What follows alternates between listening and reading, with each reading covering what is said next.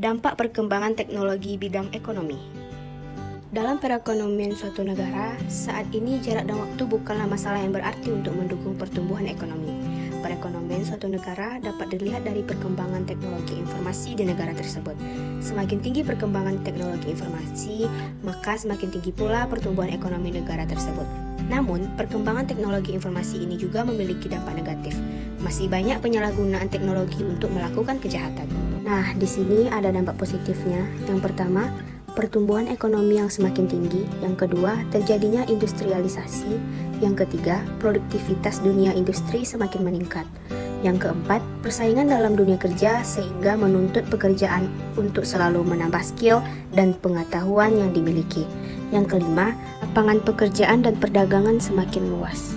Dampak negatifnya ada juga kok. Yang pertama, di bidang teknologi terjadi penyalahgunaan fungsi teknologi untuk hal-hal yang melanggar, seperti penipuan perdagangan dan kejahatan perbankan. Yang kedua, membuat masyarakat menjadi konsumtif karena semua barang dan kebutuhan didapat dan diperoleh dengan lebih mudah. Contoh implementasi teknologi di bidang ekonomi.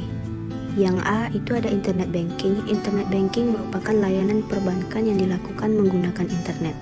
Kegiatan yang bisa dilakukan adalah memeriksa saldo, mentransfer uang, dan membayar tagihan. Keuntungan internet banking adalah pelanggan dapat melakukan transaksi di mana saja dan kapan saja. Selain itu, keuntungannya sebagai berikut. Menghemat waktu karena tidak perlu datang ke bank untuk melakukan transaksi. Menghemat biaya karena transportasi ke bank dapat dihilangkan. Lebih cepat karena tidak harus menunggu dalam antrian banyak. Yang B ada e-commerce. Perdagangan elektronik atau sering disebut market shop atau online shop adalah sebuah website aplikasi online yang memfasilitasi proses jual beli dari berbagai toko. Sebenarnya e-commerce memiliki konsep yang sama dengan pasar tradisional.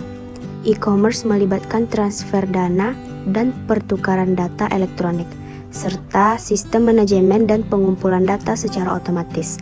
E-commerce adalah salah satu bisnis yang banyak digeluti oleh masyarakat di Indonesia karena memberikan keuntungan yang menjanjikan. Contoh e-commerce yang ada di Indonesia adalah bukalapak.com, Tokopedia, Lazada, dan Shopee.